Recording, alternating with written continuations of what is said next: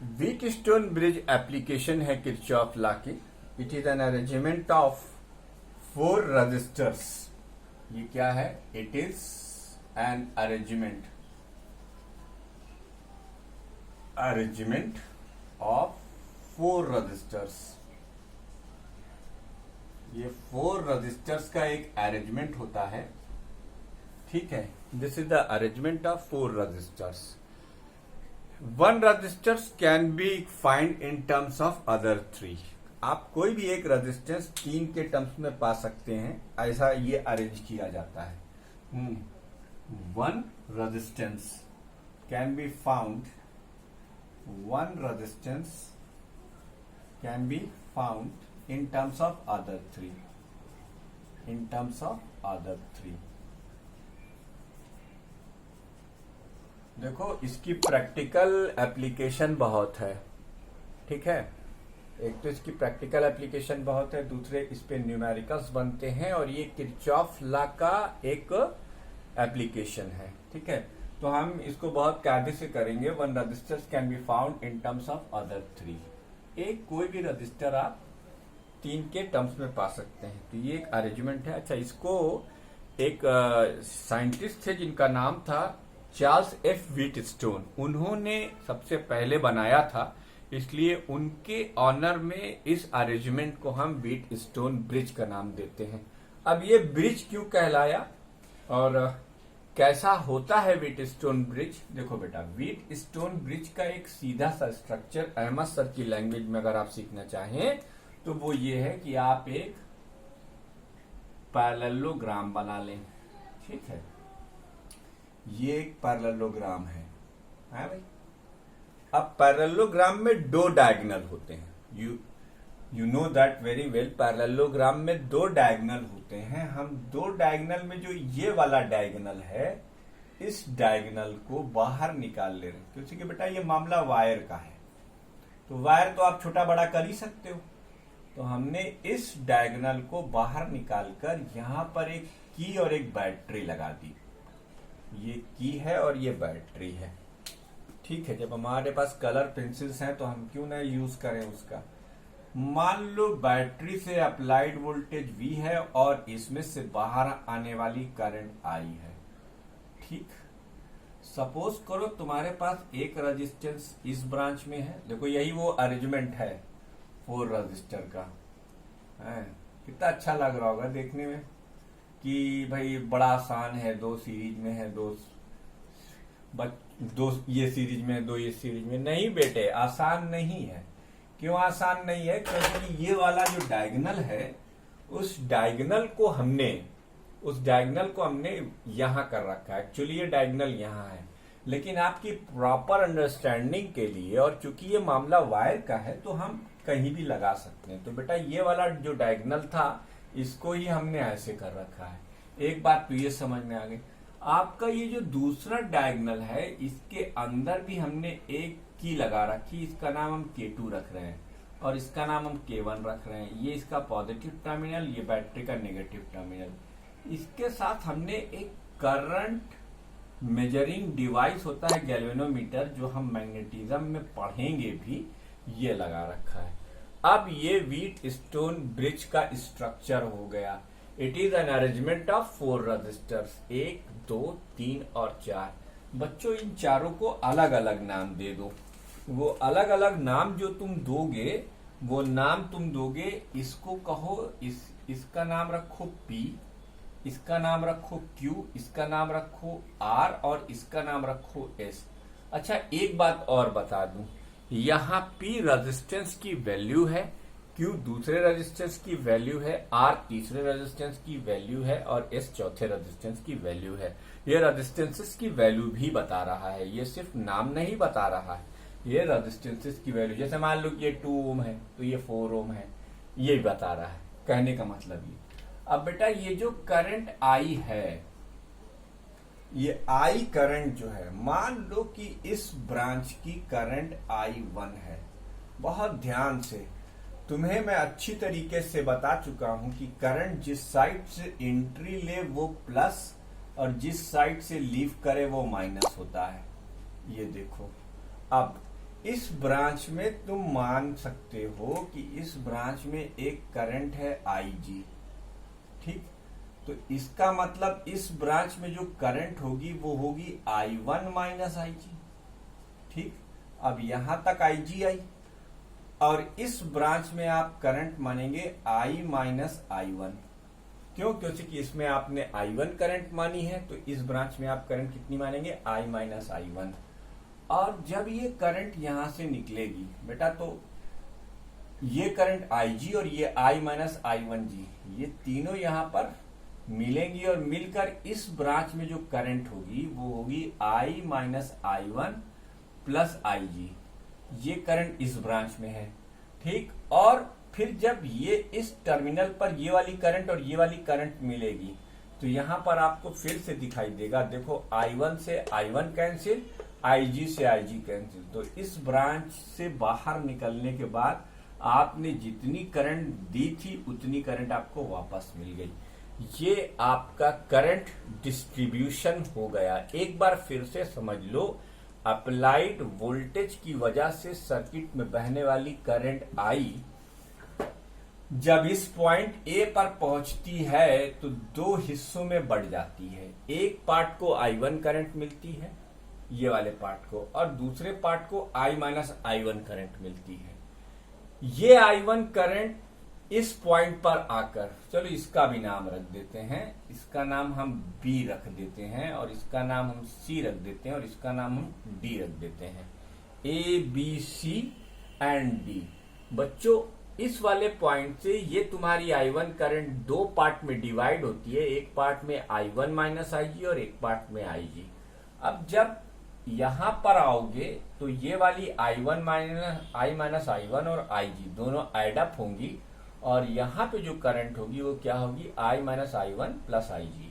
और यहां इस वाली ब्रांच में जो करंट होगी वो होगी I1 माइनस IG। जैसे ही C पर ये दोनों करंट एड अप होंगी, I1 से I1 कैंसिल, IG से IG कैंसिल, बचा क्या? सिर्फ I। तो ये हो गया distribution of current in the Wheatstone bridge, ठीक। आइए अब आपको, चलिए हम पोलैरिटी भी डिसाइड कर देते हैं। मान लीजिए गैल्वेनोमीटर का रेजिस्टेंस G है, तो ये इसकी पोलैरिटी है, प्लस और माइनस। मैं आपको इसमें किरचॉफ लॉ लगाकर दिखाना चाहता हूं। यहां से करंट एंट्री ले रही है तो ये प्लस और ये माइनस। मैंने आपको किरचॉफ लॉ समझाते वक्त ये बताया था कि पोटेंशियल ड्रॉप मेजर करते वक्त आप ये देखोगे कि करंट की एंट्री पॉइंट जहां पर है वहां पे प्लस लगा दो, जहां पे एग्जिट पॉइंट है वहां पे माइनस लगा दो। इसी तरीके से इसके अंदर ये करंट का एंट्री पॉइंट है प्लस हो गया और ये करंट का एग्जिट पॉइंट है माइनस हो गया, ठीक। ये है पूरा आपका सर्किट। अब बेटा आपको एक क्लोज लूप दिख रहा होगा, ABDA, ABDA। इस क्लोज लूप में आप किरचॉफ का सेकंड रूल अप्लाई कर दो। Applying second rule, applying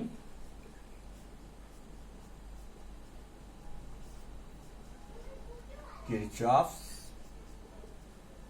second rule और law in loop ABDA। A से चलना है, B पर जाना है, B से D पर आना है, D से A पर वापस चले जाना है। आप जानते हैं कि किरचॉफ का रूल क्लोज पाथ में ही लगता है। तो अब ABDA, इस लूप के अंदर जब आप A से B की तरफ बढ़ोगे तो आपको एक रजिस्टर मिलेगा जिसमें आपकी इमेजिनरी डायरेक्शन ऑफ ट्रैवलिंग और करंट दोनों सेम डायरेक्शन में है।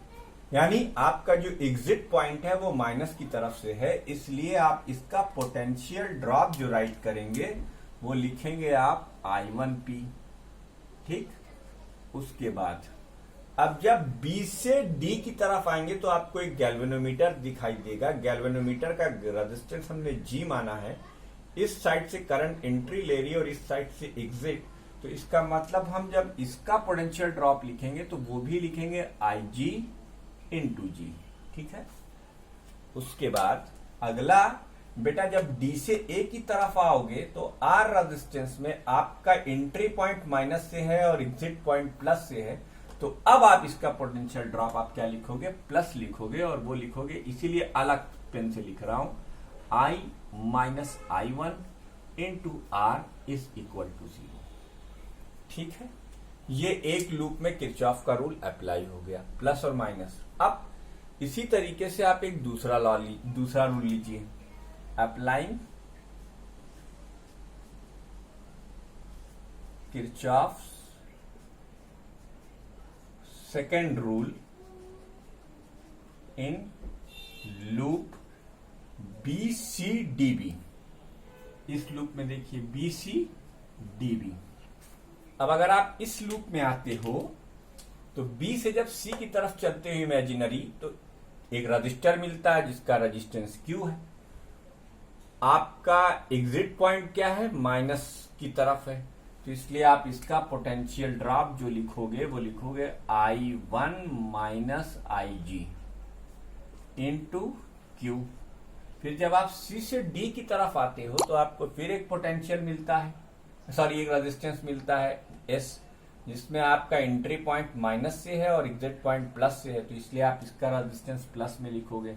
तो आप लिखोगे I, इसमें कितनी करंट फ्लो कर रही है, I minus I1 plus IG, I minus I1 plus IG current किसमें फ्लो कर रही है, S में।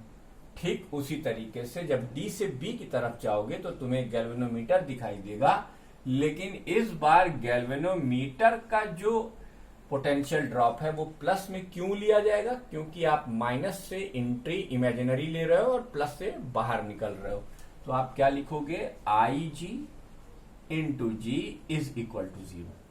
ये आप इक्वेशन नंबर 1 कह सकते हैं और ये इक्वेशन नंबर 2 कह सकते हैं। अब ये दो इक्वेशन जैसे मैंने किरचॉफ लॉ की एप्लीकेशन में बनाया था वैसे ही मैंने दो एप्लीकेशन बना दिए। अब यहां पर एक बात लिखी जाएगी, क्या लिखा जाएगा, the value of resistances, the value of resistances P, Q, R and S are so adjusted so that IG is equal to 0। ओह, हमने वैल्यूज को इस तरीके से एडजस्ट किया है कि IG की वैल्यू 0 हो जाए। नाउ इक्वेशन 1 बिकम्स, अब आपका जो इक्वेशन 1 है, नाउ इक्वेशन 1 reduces as बच्चों ये वाला पोर्शन 0 हो गया, ये minus I1 P plus I minus I1 is equal to R, तो आप लिख सकते हैं minus I1 P plus I minus I1 into R is equal to 0। It implied that I1 P is equal to I minus I1 into R। ये एक equation हो गया, ठीक। एंड अब इक्वेशन 2 रिड्यूसेस कर लीजिए। अब इक्वेशन 2 रिड्यूस करिए एंड इक्वेशन 2 देखिए जरा आप, इक्वेशन 2 रिड्यूसेस एज, बेटा इसमें ये IG 0 है और ये IG 0 है और ये IG 0 है, यानी करंट थ्रू गैल्वेनोमीटर, ये तीनों 0 होने की वजह से ये इक्वेशन सिंप्लाइड होकर यूं आ जाएगा, माइनस I1 Q, ठीक है, और plus I minus I1 into S। बिटिया ये तो 0 हो गया, is equal to 0। It implied that ये क्या हो गया, I1 Q is equal to I minus I1 into S। इसे आप इक्वेशन नंबर 3 कह दो और इसे आप इक्वेशन नंबर 4 कह दो, ठीक है। अब नाउ अब ये जो आपका इक्वेशन आया है, आप एक काम करिए, लिखिए डिवाइड 3/4, देखते जाइए, डिवाइड 3/4। जब आप 3/4 करेंगे तो आप लिखेंगे I1 P is equal to I minus I1 into R divided by I1 Q, I minus I1 into S. बच्चों देखो I1 से I1 cancel, I minus I1 से I माइनस I1 कैंसिल, ये क्या आ गया, P by Q is equal to R by S. This is the condition of balance Wheatstone bridge. This is the condition of balance Wheatstone bridge. ये balanced Wheatstone bridge की condition है। This is the condition of balanced Wheatstone bridge, Wheatstone bridge. ठीक, ये balance Wheatstone bridge की condition है। Balance Wheatstone bridge की condition का मतलब ये हुआ कि इस ब्रांच में आपके कोई करंट नहीं है, तब ब्रिज क्या कहलाएगा, बैलेंस्ड कहलाएगा। अगर इस ब्रांच में कोई करंट नहीं है तो हम इस ब्रांच को रिमूव कर देंगे। प्यारे बच्चों, इसको जल्दी से तुम नोट कर लो, है ना, वीडियो को पॉज करके, तो हम इसके आगे की कहानी आपको बताते हैं। तो ये this is the condition of balance Wheatstone bridge है। अब जब आप बैलेंस व्हीटस्टोन ब्रिज की कंडीशन लगा चुकेंगे तो अब रिजल्ट क्या आएगा। अब मिटा रहा हूं, इरेज कर रहा हूं ये वाला पोर्शन, ठीक है।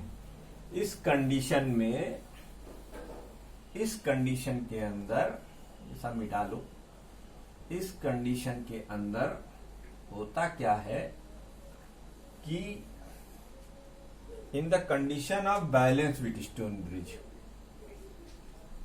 इन the condition of balanced Wheatstone bridge कुछ नहीं होता, सिर्फ ये होता है P and Q are in series and similarly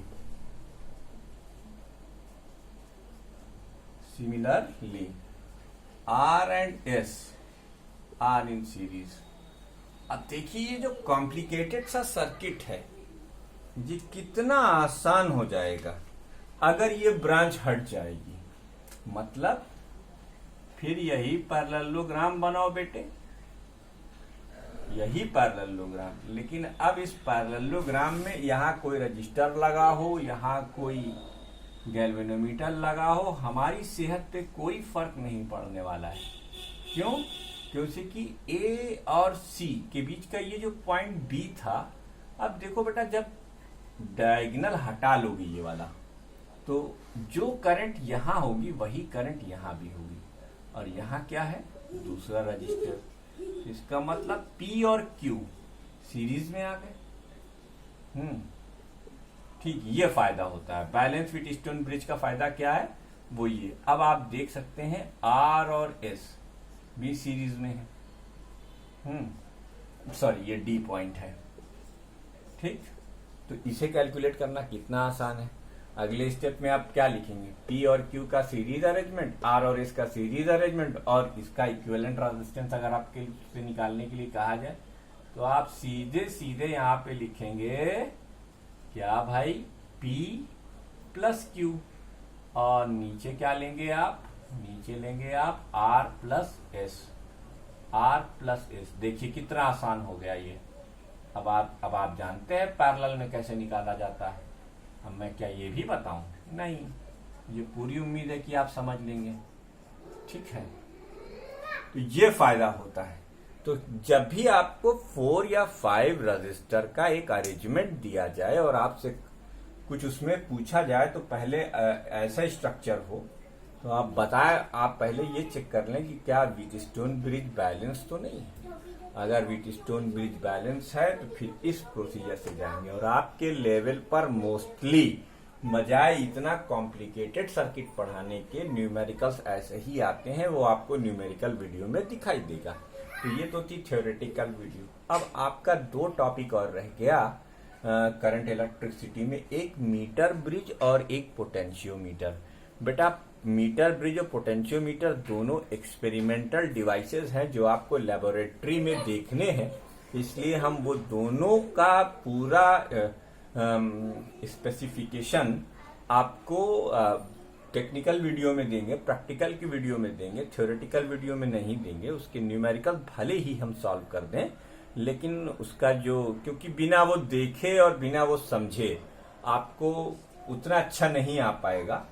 तो ये है। अच्छा, इसमें जाते जाते एक बात और नोट करवा दूं कि there is no change on the balancing point, there is no change in the balancing condition, in the balancing condition if battery and galvanometer interchange, if battery and galvanometer interchange to each other, अगर एक दूसरे की जगह पर आप वो कर दें तो व्हीटस्टोन ब्रिज की सेहत पर कोई असर नहीं पड़ता। इसको ऐसे समझो कि बीडी ब्रांच में हम बैटरी लगा दें और एसी ब्रांच में हम गैल्वेनोमीटर लगा दें तो क्या कोई फर्क पड़ जाएगा? नहीं। तो एक बार फिर से मार्क कराता हूं आपको। देखिए, किरचॉफ लॉ के न्यूमेरिकल्स अगर आप प्रैक्टिस नहीं करेंगे तो सीरियसली आप अपने लिए बहुत हार्म करेंगे, क्योंकि 100% तो गारंटी किसी चीज की नहीं होती। लेकिन फिलहाल करंट इलेक्ट्रिसिटी का सबसे इम्पोर्टेंट टॉपिक है किरचॉफ लॉ और उसका ये एप्लीकेशन व्हीटस्टोन ब्रिज। उसके बाद सेकंड इंपॉर्टेंट टॉपिक है resistance in terms of material parameter. तो उम्मीद करता हूं कि आपको पिछली वीडियोस की तरह ये वीडियो भी आप देखेंगे और इसके अंदर के डिस्कस किए गए सारे पॉइंट्स को नोट करेंगे। जिन लोगों ने अभी तक मेरा चैनल सब्सक्राइब नहीं किया है, बराए करम सब्सक्राइब करके मेरे ऊपर एहसान ना करें, अपने ऊपर कर लें, ठीक है। और वीडियो को देखें, और अब समय आ चुका है कि आप लोगों को वीडियो देख डालनी चाहिए। और देखिए, मेरी वीडियोस में एक आपको चीज मिलेगी कि मैं जब पूरा व्हाइट बोर्ड भर जाता है तो मैं सामने से हट जाता हूं और आपसे कहता हूं कि आप इसे नोट कर लें। तो अगर आपने ये नोट्स बना रखी हैं शुरू से अब तक, तो आपकी एक पावर पैक नोट्स तैयार हो चुकी है।